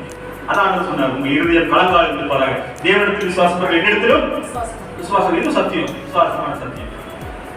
அல்லேலூயா. கீழ்ப்படிவதற்கான சத்தியம். நாம் விருத்தடையத்தக்க விசுவாசம் என்னங்க, வாக்குத்தத்தம் சத்தியமா கொடுக்கப்பட்டிருக்கிறது. அல்லேலூயா. அதனால வாசிக்கிறோம். அப்ப சத்தியத்திலே நாம் நடக்கிறோமா, நாம் சத்தியத்தில தான் சந்தோஷம் இருக்கு. ஆண்டவருக்கு பிரியமா நான் நடந்துட்டேன், சத்தியத்துப்படி நடந்துட்டேன் அப்படி சொல்லும்போது என்னங்க, ஆண்டவருக்கு சந்தோஷப்படுவோம். அல்லேலூயா. ஆண்டவர் என்ன பண்ணுவாருங்க, சந்தோஷப்படுவார். ஒருத்தர் என்ன பண்ணிட்டாருன்னா, ஆபீஸ்ல இருக்கும்போது ஏதோ ஒரு வேலை, கெட்ட வார்த்தையில திட்டு திட்டாங்க. ஆனா ரட்சிக்கப்பட்ட விசுவாசி ஒரு வார்த்தை கூட சொல்ல மாட்டாரு. அவர் பதிலே பேசல. கூத்து வருமானா நீங்க பார்த்துருக்கீங்க, அவருக்கு யாரையும் சத்தனாவே பேச மாட்டாங்க. சொல்லிருக்கு அவர் ஒண்ணுமே பேசல, பேசாம வந்துட்டாரு. அந்த ஆள் ஒரு மாசமா தூங்கல. யாரு திட்டினவன் ஒரு மாசமா தூங்கவே இல்லை. ஏன் அப்படின்னா அவனால என்ன பண்ண முடியல, தூக்கமே வர. ஆண்டு தூக்கத்தை கொடுக்கலாம். ஏன்னா அவர் செய்ய அந்த தப்பு பண்ணல. ஆனா எவ்வளவு பண்ணிட்டான், கூட்டி தீர்த்துட்டான். வார்த்தையில பிசிடிலாம் ஒரு மாசம் அது எல்லாம் தீர்த்துட்டான். இவர் ஒண்ணுமே செய்யல. ஆண்டவரே அவங்க மன்னிங்க சொல்லிட்டு வந்துட்டாரு. மன்னிங்க ஆண்டவரே சொல்லிட்டு வந்துட்டாரு. ஆனா ஒரு மாசம் கழிச்சு என்ன பண்றாங்க, வந்து மன்னிப்பு. ஐயா நீ திட்டினதால நான் தூங்கலையா, நீ மன்னிச்சுட்டு ஒரு வார்த்தை சொல்லி, இதை மன்னிச்சுட்டுன்னு ஒரு வார்த்தை சொல்லி நம்மள என்ன பண்ணுவோம், ரட்சிக்கப்படாதவங்க ரொம்ப திட்ட, நான் திட்ட அப்படியே பெரிய சண்டை ஆகி அவன் திட்டால திரும்பி எடுத்துறான் அப்படி நம்மள என்ன பண்ணிடுவோம். நம்ம கர்த்தர் யுத்தமான என்ன நமக்கு என்னங்க அனுமதி வசனம் என்ன சொல்லுகிறாங்க, நீங்கள் என்னங்க சாந்தத்தோடு என்று சொல்லப்பட்டிருக்கிறது, சண்டை பண்ணாமல் என்று சொல்லப்பட்டிருக்கிறது, கெட்ட வார்த்தை வாயில் வராமல் என்று சொல்லப்பட்டிருக்கு. இல்லை சத்தியம், அப்படி வசனங்கள்லாம் சத்தியம். இதை நாம் கை சத்தியத்தை அறிந்த சத்தியங்களை விடுதலையா, பாவத்திலிருந்து விடுதலையாக்கும், பிரச்சனையிலிருந்து விடுவாக்கும், தரித்திரத்திலிருந்து விடுதலையாக்கும். ஆக்கிரத்தை எடுத்து சொல்ல பண்ணுங்களேன். பாருங்க, சகல ஜனங்களை பார்க்க நீ, இது சத்தியம், வாக்குத்தத்தம் சத்தியம். இதை எடுத்துட்டு நீ ஜெயம் பண்ணும்போது அதில் இருக்கிற பார்த்தா தெரியும். அந்த வசனம் பார்க்கும்போது இந்த வசனம் இப்படி போட்டிருக்கே, ஆண்டவரை தரித்திரத்துக்கு உங்களை சொன்னோம், சத்தியத்தை நீங்க கைவிடலாம். அல்லேலூயா. பாவத்திலிருந்து விடுவோம், உங்கள் பிள்ளைகளை உயர்ந்த இடத்துல வை. சத்தியத்தில் சத்தியம் உங்களை விடுதலையாகும். அது எந்த ஒரு சந்தேகம் இல்லை. அதனால உன்னியல் வாசிக்கிறோம், இயேசு கிறிஸ்து ரத்த சகல பாவங்களை நீக்கி நம்மளை சுத்திகரிக்கும். நீங்க சுத்திகரிச்சுக்கிட்டே இருக்கு. நம்ம பாவம் அறிக்கை செய்ய செய்ய சுத்திகரிச்சுட்டே இருக்கு. நம்ம பாவம் செய்யணும் யாருக்கும் சொல்ல முடியாது. பாவம் செய்யலையே ஆண்டு நம்ம இப்படி வச்சிருக்காரு. ஒரே தான் பரிசுத்தமா இருக்கலாமே, ஆவியில பரிசுத்தமாயிட்டாரு, ஆத்மாவோட உடனே டக்குனு பரிசுத்தமாக்கலாமே. ஏன் பரிசுத்தமாக்க வச்சிருக்காரு? பாவம் ரத்தத்தில் இருக்கு, உயிரில் இருக்கு. அதுக்கு ஒரு நோக்கம். ஏன் அப்படி வச்சாருன்னா, நம்ம யாருக்கு மேல உயர்த்த கூடாது, ஆண்டவருக்கு மேல நம்ம உயர்த்த கூடாதுன்னு நம்மளை நினைச்சுக்காருங்க. பாவத்திலோடு வருஷத்துக்குள்ள போராட்டத்தை போராடி தீர்க்குங்கிறது அப்படி வச்சிருக்காரு. அதனால நீங்க சோர்ந்து போயிடாதீங்க. பாவத்தில் செஞ்சிருவோமோ, பாவத்தில் விழுந்துருவோமோ, பெரிய பாவத்தை பிள்ளை மாட்டிடுவாங்களோ அப்படி நீங்க மட்டும் சந்தேகப்படக்கூடாது. பாவத்தில் விட மாட்டீங்க, பாவம் நீங்க பிடிச்சிக்கிட்டாங்க, பாவம் செய்ய மாட்டீங்க. எனக்கு தேவன் துணையா இருப்பார். பரிசுத்தம் பண்ணுங்க. அவரிடம் அவர் தினமும் உங்களை பரிசுத்தப்படுத்தி நடத்துவார். உங்கள் பிள்ளைகள் பாவத்தில் விடாதபடி நீங்க ஜெபத்தில் என்ன பண்ணுங்க, ஜெபம் பண்ணுங்க. அவர் விட மாட்டேன். அல்லேலூயா. ஒரு பெரிய வீடு நீங்க தான் உண்டாக்கும், பெரிய பாதுகாப்பு நீங்க தான் ஜெபத்தின் மூலமாக உண்டாக்க வேண்டும். அல்லேலூயா. பார்க்கிறோம், அந்த பழைய ஏற்பாட்டு காலத்துல அவன் பாவம் செய்ய போவான், ஆண்டவர் வந்து தடுத்துருவாரு. தடுக்கவோ என்ன, ஆண்டவரே நீதிமானை நீங்க தடுப்பீங்க அப்படின்னு, நான் நல்லவன் அல்லவா, ஏன் இப்படி என்னை கொல்ல பார்த்தீங்க, நீ பாவம் செய்யாம இருக்கிறதுனால தடுத்து வச்சிருக்கிறேன், நீ பக்திமானை தேடுறதுனால அதை தடுத்தேன் அப்படின்னு சொல்லி அங்க ஒரு வசனம் இருக்கு, பழைய ஏற்பாட்டுல இருக்கு. ஆபிரகாம் காலத்துல நடந்த சம்பவம். அதனால என்னன்னா, நம்மளை நான் பாவத்துல விழுந்துருவேன், நான் பாவம் செஞ்சிருவேன் அப்படிங்கிறது ஒரு சந்தேகமா இருக்கலாம். இயேசு விட மாட்டேன், பாவம் செய்ய பரிசுத்தமா வாழ்வேன், நீதியா வாழ்வேன், பிள்ளைகளை நல்லா இருப்பாங்க. பெரிய பாசிட்டிவ் அறிக்கை நெகட்டிவ் அறிக்கை நான் நல்லா இருக்கேன், நான் நாசமா ஒண்ணுங்க எல்லாம் போச்சு நம்ம சொல்லவே கூடாது. என்ன இல்லை, அல்லேலூயா. அதனால நம்ம நாம சிந்தித்து பார்ப்போம். இந்த நாள்ல நம்ம நாம யோசித்து பார்ப்போம். சத்தியத்தேர்வில் சத்தியம் உங்களை விடுதலையாகும். தரித்திரத்திலிருந்து, பசியிலிருந்து, பட்டிலிருந்து, அந்தாரத்திலிருந்து, பாவத்திலிருந்து, பாவ சிந்தனையிலிருந்து, எல்லாவற்றிலிருந்து விடுதலை பெற்றவர்களா நீங்க ஒவ்வொரு நாளும் சத்தியத்தை அறிஞ்சா. சத்தியத்தை அறியலாம் என்ன பண்ணுவாங்க, இந்த காலை கேட்டு இந்த காலை போய் சண்டை போட்டுருக்காங்க. வீட்டுல என்ன பண்ணுவாங்க, சண்டை போடுறாங்க. புத்திரஸ்தி தன் வீட்டை கட்டுகிறார், புத்திராஸ்திரம் தன் வீட்டை எடுத்து போடுறாங்க. இவங்க திரும்ப போய் அங்கே சண்டை போடும், ஏதாவது சண்டை போட்டு எனக்கு செய்யறது வைக்கிறது மாதிரி செஞ்சுட்டே இருப்பாங்க. அதனால சபைக்கு ரட்சிக்கப்பட்டவர்கள் வருகிறார்கள், ரட்சிக்கப்படாதவர்கள் இருக்கிறார்கள். ரட்சிக்கப்பட்டவருடைய சூழ்நிலை எப்படின்னா, சத்தியத்தை அறிந்து ஆண்டவருக்கு கீழ்ப்படித்து வாழ்வார்கள், ஆண்டவருக்கு பிரியமாய் வாழ்வார்கள். அதுல ஒழுக்கம், நீதி, பரிசுத்த உண்மையா இருப்பார்கள். சத்தியத்துக்கு கீழ்ப்படியாதவர்கள் பண்ணுவாங்க, என்ன வேணாலும் செய்வாங்க, எப்படி வேணாலும் இருப்பாங்க. அவங்கள ஃபாலோ பண்ணாதீங்க. நமக்கு ஒரு குரு யாரு, ஆண்டவர் இயேசு மட்டும் தான். இயேசு தான் நம்ம ஃபாலோ பண்ணணும். அல்லேலூயா. அதனால சத்தியம் உங்களை விடுதலையாகும். அதனால நம்ம விடுதலையாக்கி இருக்கிறார் ஆண்டவர். பாவத்திலிருந்து சாவத்திலிருந்து விடுதலையாக்கி இருக்கிறார் ஆண்டவர். தரித்திரத்திலிருந்து இன்னும் என்ன ஆண்டவர் இன்னும் நம்மளை மாற்றுவோம். அதனால சத்தியத்தை அறிவோம். இன்னும் சத்தியத்தை எவ்வளவு அறிவிப்போம் அவ்வளவு என்ன பண்ணுங்க, அறிய அறிய அறிய அறிய அறிய அறிய என்ன விடுதலை உண்டா. அல்லேலூயா. ஒரே ஒரு எடுத்துக்காட்டு சொல்றது, பைபிள்ல ஒரு இடத்துல இருக்கு. அவன் அந்த கோத்திர லிஸ்ட்ல ஆண்டவர் கோத்திர லிஸ்ட்ல அந்த யோவான் அந்த ஈசாக்கு லிஸ்ட் சொல்லிட்டு ரூபன் எப்படி இருப்பான், காத்து எப்படி இருப்பான், அவன் எப்படி இருப்பான், யோசேப்பு எப்படி இருப்பான். யோசேப்பு சொல்லும்போது அவன் கடிதம் காட்சி சொல்லிட்டு இருப்பான். அதை ஒருத்தரை பற்றி சொல்லும்போது அவன் காடு கீழே என்ன இருக்குன்னு சொல்லியிருக்கு. கவனிக்கிறீங்களா, அவன் காடு கீழே எனக்கு என்ன இருக்குன்னு சொல்லி சொல்லப்பட்ட அவனுடைய காடு கீழே என்ன இருக்கான், எண்ணெயிலே குளிப்பான் அப்படின்னு சொல்லி அதை போட்டு இதை இஸ்ரேலருக்கு பார்த்துட்டு இப்படி ஒரு வசனம் இருக்கு, சத்தியத்தறிவியல் சத்தியம் உங்களை விடுதலை போட்டிருக்கு. அப்ப என்ன அவன் காடு கீழே என்ன இருக்குன்னு சொல்லும்போது அந்த கோப்புரை இருக்கிற இடத்துல போய் போர் போட்டுருக்காங்க. ஏன்னா அந்த கோத்திர அந்த அதாவது 12 கோத்திரத்துல அந்த கோத்திரத்தார் இருக்கிற இடத்துல அவன் காலுக்கள் எப்படி இருக்குன்னா இங்க ஏதாவது என்ன இருக்கும் போல, பெட்ரோல் என்ன இருக்கும் போல, போர் போடுறான். போர் போட்டா என்ன இருக்குது, பெட்ரோல். ஒரு அலையில சொல்லுவோமா. அப்ப யாக்கோபு எப்பயோ சொன்னது, ஆனா அந்த சத்தியத்தை எல்லாம் இப்ப எடுத்து வச்சு பார்க்கிறாங்க. அவன் காலுக்கில என்ன இருக்கும். அப்ப இஸ்ரேலில் அவன் அந்த பகுதியில் அவன் வாழ்ந்த அந்த கோத்திரம் மட்டும் இருக்கிற இடத்துல ஒரு பொழுது அந்த இஸ்ரேலுக்கு வேண்டிய பெட்ரோல் எல்லாம் கிடைச்சது. அல்லேலூயா. அதனால வசனம் ஒவ்வொரு விரும்பியா போறதில்லை. ஒவ்வொரு வசனம் என்ன இருக்குது, நீர் இருக்கிறது, இளமை இருக்கிறது, மகிமை இருக்கிறது, ஆசிர்வாதம் இருக்கிறது, பாதுகாப்பு இருக்கிறது, வளம் இருக்கிறது. அல்லேலூயா. அதனால தேவன் சத்தியத்தை நாம் அறிவது மட்டுமல்ல, அதை கைகொள்ளும் போது நாம் மிகுந்த ஆசீர்வாதம் உண்டு. சத்தியத்தை அறிவு சத்தியம் உங்களை விடுதலையாகும். சத்தியத்தை அறிவோம், சத்தியம் 400 நம்மளை விடுதலையாகும். அநேகருக்கு பல நம்ம விடுதலை இல்லாமல் இருக்கலாம். கண்டிப்பா விடுதலை, கண்டிப்பா நாங்க சத்தியத்தை அறிய நாங்க விடுதலை கண்டிப்பா கிடைக்கும். தேவன் தான் இந்த வசனத்தை ஆசீர்வதிப்பாராக. தேவனுக்கு மகிமை உண்டாகட்டும்.